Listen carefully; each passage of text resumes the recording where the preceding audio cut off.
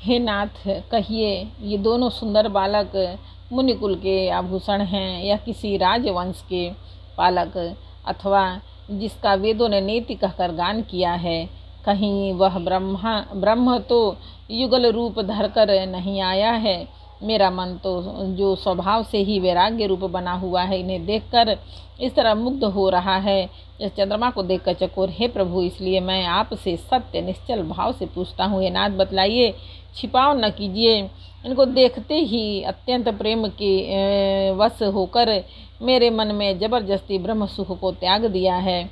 मुनि ने हंसकर कहा, हे राजन, आपने ठीक यथार्थ ही कहा। आपका वचन मिथ्या नहीं हो सकता। जगत में जहाँ तक जितने भी प्राणी हैं, ये सभी को प्रिय हैं। मुनि की रस से भरी वाणी सुनकर श्री राम जी मन ही मन मुस्कुराते हैं। हंस का मानो संकेत करते हैं कि रहस्य खोलिए नहीं। तब मुनि ने कहा, हे ये रघुकुल मणि महाराज दशरथ के पुत्र हैं। मेरे हित के लिए राजा ने इन्हें मेरे साथ भेजा है। ये राम और लक्ष्मण दोनों श्रेष्ठ भाई, रूप, शील और बल के धाम हैं।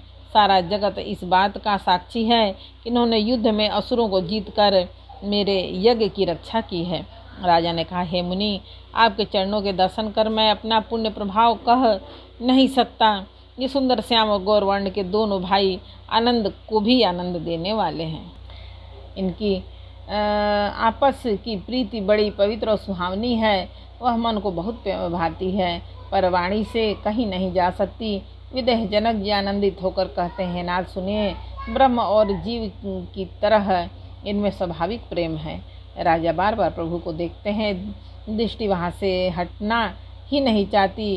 प्रेम से शरीर पुलकित हो रहा है और हृदय में बड़ा उत्साह है। फिर मुनि की प्रशंसा करके उनके चरणों में सिर नवाकर राजा उन्हें नगर में लिवा चले। इस सुंदर महल जो सब समय सभी ऋतुओं में सुखदायक था, महाराजा ने उन्हें ले जाकर ठहराया। तदंतर सब प्रकार से पूजा और सेवा करके राजा विदा मांग कर अपने घर गए। रघुकुल के शिरोमणि प्रभु श्री रामचंद्र जी ऋषियों के साथ भोजन और विश्राम करके भाई लक्ष्मण समेत बैठे। उस समय पहर भर दिन रह गया था। लक्ष्मण जी के हृदय में विशेष लालसा है कि जाकर जनकपुर देखावें, परंतु प्रभु श्री रामचंद्र जी का डर है और फिर मुनि से भी सुचार हैं, इसलिए प्रकट में कुछ भी नहीं कहते, मन ही मन मुस्कुरा रहे हैं। अंतर्यामी श्री रामचंद्र जी ने छोटे भाई के मन की दशा जान ली, तब उनके हृदय में भक्तवत्सलता उमड़ आई। वे गुरु की आज्ञा पाकर बहुत ही विनय के साथ सकुचाते हुए मुस्कुरा कर बोले, हे नाथ, लक्ष्मण नगर देखना चाहते हैं, किंतु प्रभु आप के डर से और संकोच के कारण स्पष्ट नहीं कहते। यदि आपकी आज्ञा पाऊँ तो मैं इनको नगर दिखलाकर तुरंत ही वापस आ जाऊँ। यह सुनकर मुनि विश्वामित्र जी ने प्रेम सहित वचन कहे, हे राम, तुम नीति की रक्षा कैसे न करोगे? हे तात, तुम धर्म की मर्यादा का पालन करने वाले और प्रेम के वशीभूत होकर सेवकों को सुख देने वाले हो। सुख के निदान दोनों भाई जाकर नगर देख आओ। अपने सुंदर मुख दिखलाकर सब नगर निवासियों के नेत्रों को सफल करो। सब लोगों के नेत्रों को सुख देने वाले दोनों भाई मुनि के चरण कमलों की वंदना करके चले। बालकों के झुंड इनके सौंदर्य की अत्यंत शोभा देखकर साथ लग गए। उनके नेत्र और मन इनकी माधुरी पर लुभा गए।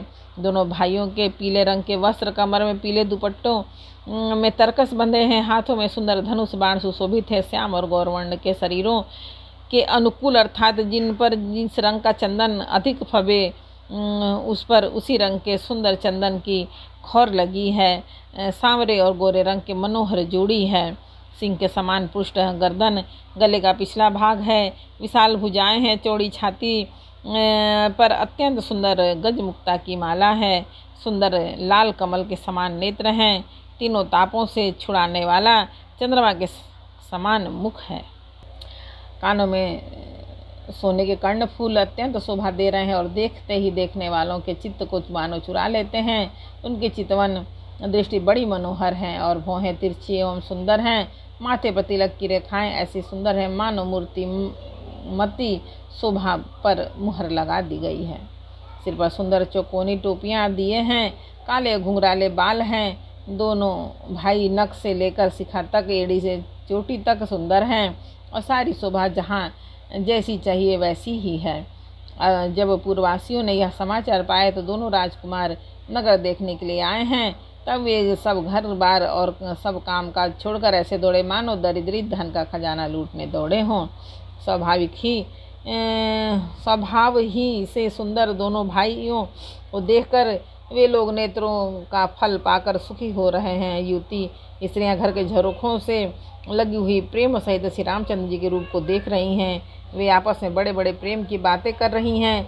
हे सखी, इन्होंने करोड़ों कामदेव की छवि को जीत लिया है। देवता, मनुष्य, असुर, नाग और मुनियों में ऐसी शोभा तो कहीं सुनने में भी नहीं आती। भगवान विष्णु के 4 भुजाएं हैं, ब्रह्मा जी की 4 मुख हैं, शिव जी का विकट भयानक वेश है, उनके 5 मुख हैं। हे सखी, दूसरा देवता भी कोई ऐसा नहीं है जिसके साथ इस छवि की उपमा दी जाए। इनकी किशोर अवस्था है। ये सुंदरता के घर सांवले और गोरे रंग के तथा सुख के धाम हैं। इनके अंग अंग पर करोड़ों अरबों कामदेवों को निछावर कर देना चाहिए। एक बार बोलो रामायण मैया की जय। बालकांड का 5वां समर्पण। भगवान जय श्री राम जानकी पवन पुत्र बजरंगबली भोलेनाथ माता आदि सबको जय भगवान।